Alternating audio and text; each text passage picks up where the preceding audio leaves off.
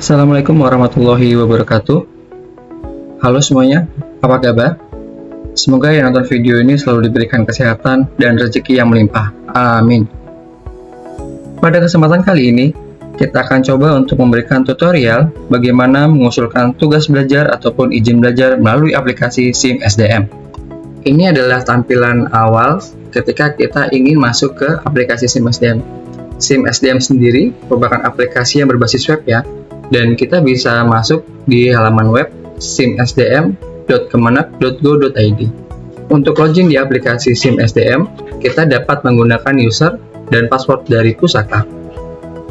Jika sudah kita input user dan password dari Pusaka, maka kita klik login. Ini adalah tampilan awal atau beranda dari aplikasi SIM SDM itu sendiri. Ada 3 menu utama, yaitu daftar riwayat hidup, tugas belajar, dan kenaikan pangkat. Karena kita fokus untuk usul tugas belajar atau izin belajar, maka 2 menu ini akan kita gunakan, yaitu daftar riwayat hidup dan tugas belajar. Sebelum kita ke tugas belajar, maka kita perlu ke daftar riwayat hidup. Di menu daftar riwayat hidup terdapat 4 submenu, yaitu ada menu umum, menu alamat, nomor kepegawaian, dan pekerjaan. Tugas kita di menu DRH ini, atau di menu daftar riwayat hidup, adalah memastikan bahwa data yang ada di dalam aplikasi SIM SDM ini sudah sesuai ataupun sama. Jika ada yang tidak sesuai atau perlu diupdate, maka kita bisa mengupdate-nya atau merubahnya dengan klik edit. Jadi kita bisa klik umum lalu klik edit, lalu kita ubah, kita klik alamat juga untuk memastikan alamat, bisa klik edit, dan seterusnya.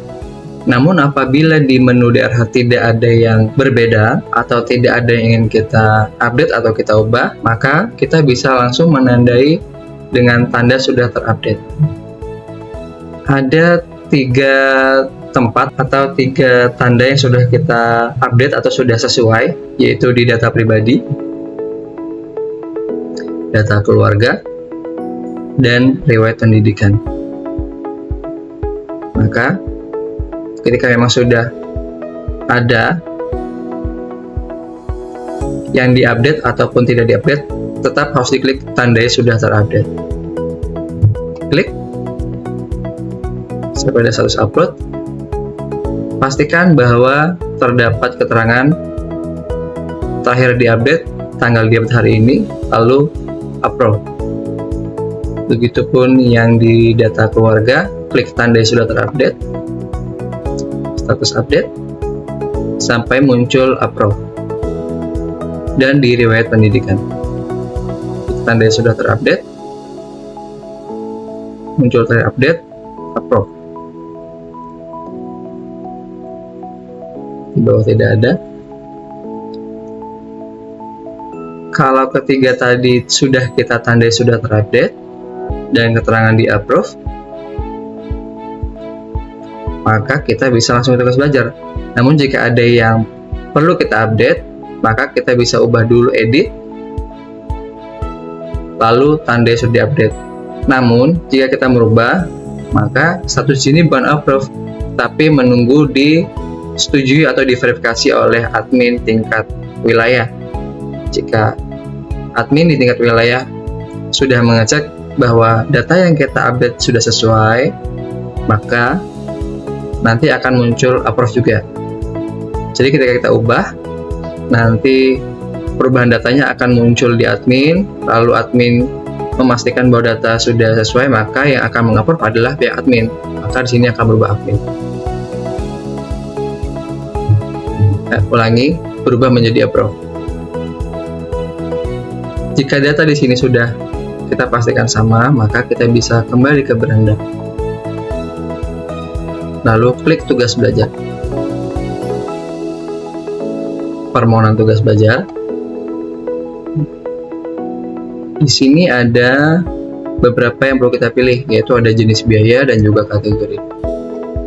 Jenis biayanya ada tugas belajar dengan biaya mandiri dan juga tugas belajar dengan beasiswa. Karena di sini kami mengusulkan tugas belajar dengan biaya mandiri, maka kita pilih dengan biaya mandiri. Begitupun dengan kategorinya. Kategorinya kami pilih untuk kuliah di luar jam kerja.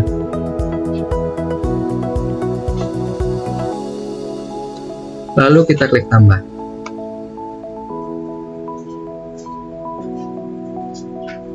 Di sini ada beberapa kita isi terkait dengan usulan tugas belajar kita.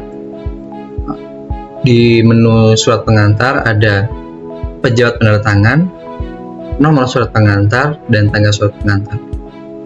Dan juga ada dokumen yang akan kita upload, yaitu ada dokumen surat pengantar itu sendiri,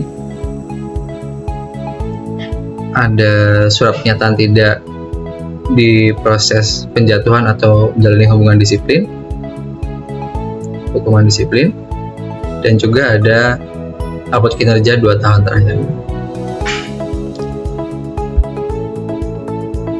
Kita isi data yang diperlukan, kita upload surat pengantar, kita upload surat pernyataan tidak sedang diproses penjatuhan atau pelanggaran disiplin, dan juga kinerja pegawai 2 tahun terakhir.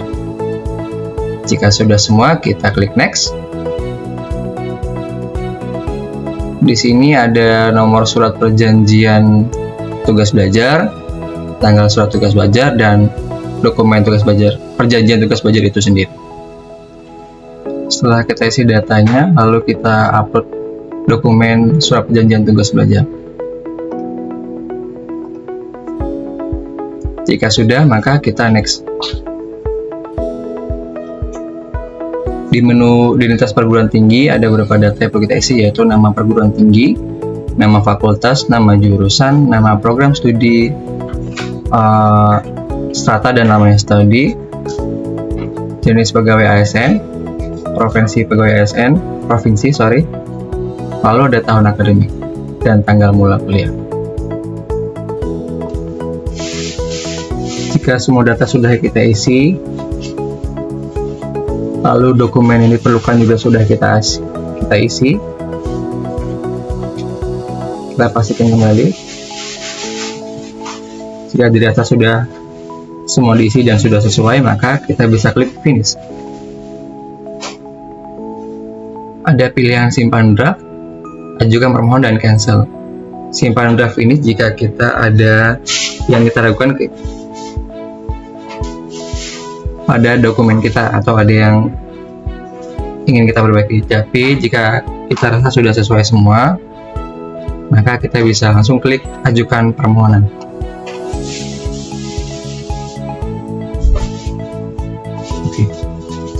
Permohonan kita sudah diajukan dan posisi sekarang sedang menunggu di verifikasi. Yang verifikasi sini adalah teman-teman dari tim Biro SDM Kementerian Agama RI. Untuk segala proses update-nya nanti bisa dilihat di sini, bisa dilacak status. Ini status sampai di mana proses usulan kita. Karena kita baru mengajukan, maka permohonan diajukan dan pertanggal hari ini. Tapi untuk detail bisa lebih jelas. Nah, di sini nanti jika ada kesalahan atau ada kesalahan dokumen yang kita upload, maka nanti akan ada keterangan di bagian atasnya. Misal kita salah upload surat keterangan, maka biasa ada muncul warna merah di sini dengan keterangan salah upload surat pengantar atau salah upload dokumen jadwal kuliah, seperti itu. Dan jika ada kesalahan, kita tetap bisa merubahnya. Nanti di sini akan ada menu ubah. Nanti kita bisa klik lalu ubah dan perbaiki dokumen mana yang salah dan perlu kita perbaiki.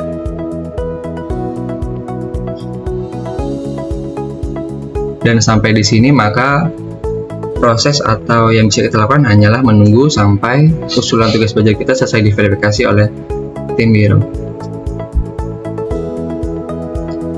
Mungkin hanya ini yang bisa kami sampaikan. Apabila ada kesalahan dalam penyampaian ataupun hal teknis dalam penggunaan aplikasi, bisa ketik di kolom komentar ya, agar kita sama-sama belajar dan sebagai tambahan ilmu juga bagi kami. Dan kalau ada yang ingin ditanyakan juga bisa ketik di kolom komentar. Cukup dari itu dari kami. Terima kasih semuanya. Assalamualaikum warahmatullahi wabarakatuh.